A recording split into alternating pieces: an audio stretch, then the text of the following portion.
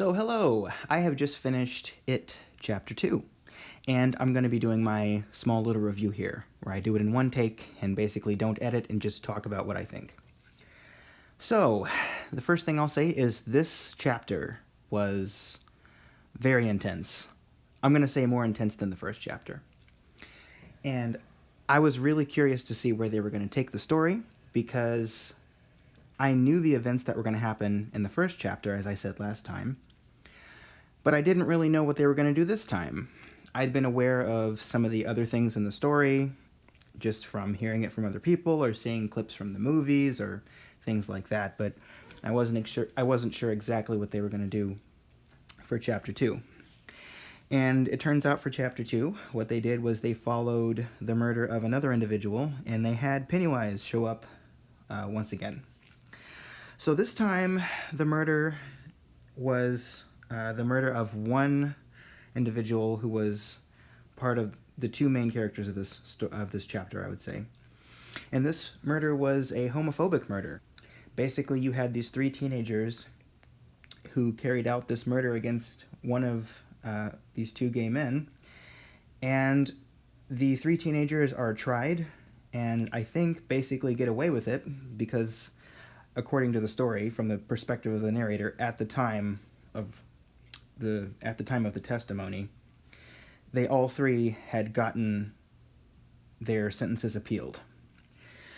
So the town in this chapter was portrayed very much as being very homophobic. The word homophobia, or the word homophobic, rather, I think, one of those two words is actually used in this chapter. And that was surprising to me because I wasn't sure that the bigotry that they were talking about in the story would extend to that sort of thing, but it did.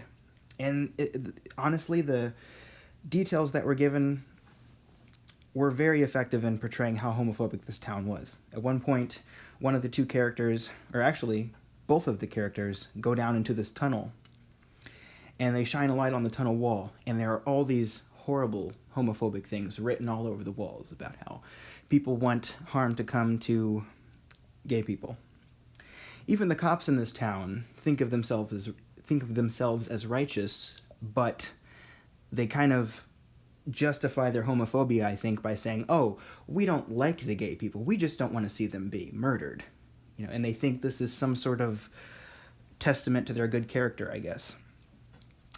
The three main characters, or the three main antagonists, I guess you would say, who carry out this murder, scream these horrible phrases at these two. It takes very little to set them off. I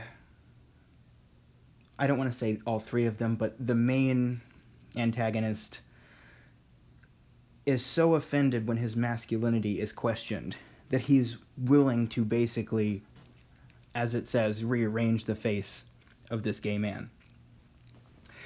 One thing I was impressed by was how these two gay men were not necessarily portrayed as one-dimensional. They were given hopes and dreams, and they had plans for the future, and they were monogamous for a while. And there's a bar in this chapter that's described, and this bar is not a place where people were wild. It even says people had these rumors in this town that people acted wild in this bar, and there are all these crazy things going on, but it wasn't like that. It was very much just a place people went to meet.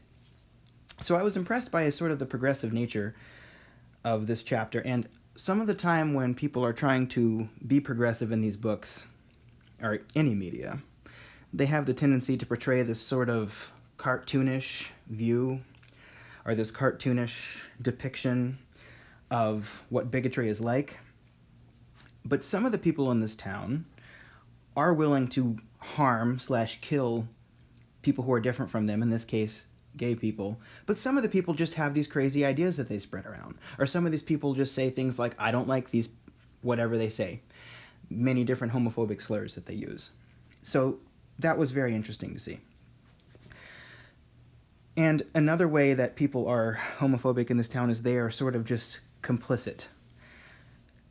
This main character who was killed wore this very extravagant garment. He wore this hat, and people use, or the three main antagonists use that to identify him. So it's obviously communicated that people can recognize who these people are, who these two men are. And they're being beaten up and basically murdered, and there are people all around in this area who see this happening and don't do anything. They just let it happen, and one of them ends up dead. Now, the scene that had Pennywise was very interesting too, because in that scene, one of the men, his name is Mellon, his last name is Mellon, and he is thrown over the edge, and when the other main character looks over the edge and sees him, his name is Don, Pennywise picks this man up, and basically, I think it says he puts his arm over his shoulder and bites his underarm and breaks his ribs. And it's very similar to the way that Georgie was murdered.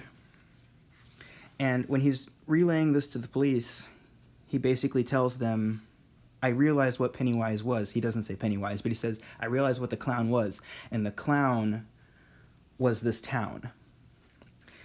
Because when he looks under the bridge, and this was under a bridge and there was a river down there, when he looks under the bridge, he sees all these balloons. And the balloons say, I heart Derry. Derry is the name of the town, I think, if I'm saying it correctly. And it's like the clown is going through this tunnel, and all the strings from all these balloons are brushing up against his back, and he just realizes that in a metaphorical way, that this clown is just the embodiment of this town. Or maybe literally, I don't know, I haven't read the rest of the book. But I just thought that was really interesting. And the way that Stephen King describes this town, you can totally believe that this is the sort of place that's just steeped in bigotry. And this is the sort of place where this kind of thing would totally happen. And as a side note, I'm reading this through an audiobook right now, and the guy who does the audiobook is very, very talented, especially in the way he did Pennywise's voice. And I'll say I'm sort of desensitized at this point to how Pennywise sounds and basically how he looks and those sorts of things, because Pennywise is such a part of horror culture here in the United States. But it's still disturbing because he shows up at this time when this person's being murdered, and he basically is cackling about it and saying, oh, you want help? Well, basically, he's not going to get help, and pretty soon he's going to be dead, and he'll float too, as he always says. So, the imagery used here, and the metaphors, and the believable homophobia, not just in a cartoonish way, but and by the way, not to say that very, very hateful, bigoted, murderous people don't exist. They definitely do. But I think a lot of the times when people are trying to talk about these sort of things, they don't realize that bigotry is just embodied in everyday acts when it comes to things that people think, and the rumors that they spread, and the names that they call people, and those sorts of things. Just everyday, mundane things can be very, very sinister in this way. So the way that was portrayed, and the analogies, and the way Pennywise showed up, and the descriptions, I thought it was very, very interesting. I'm not sure at this point why Pennywise has such an affinity for biting people's arms. Maybe I'll find that out later on. But I liked this very much, and I am going to read the next chapter tomorrow probably, and I'll have another video on it. Thursday, I have a video coming out, which is a very in-depth review of some of the philosophical implications of The Stand, another novel by Stephen King. So, as I said last time, if you like this video, go ahead and like this video, because I'll be producing more content like this, and I'll be having much more in-depth reviews of some books, and sometimes I'll just be doing chapter-by-chapter reviews like this. So, either way, thank you for watching, and I will see you all next time. Bye-bye.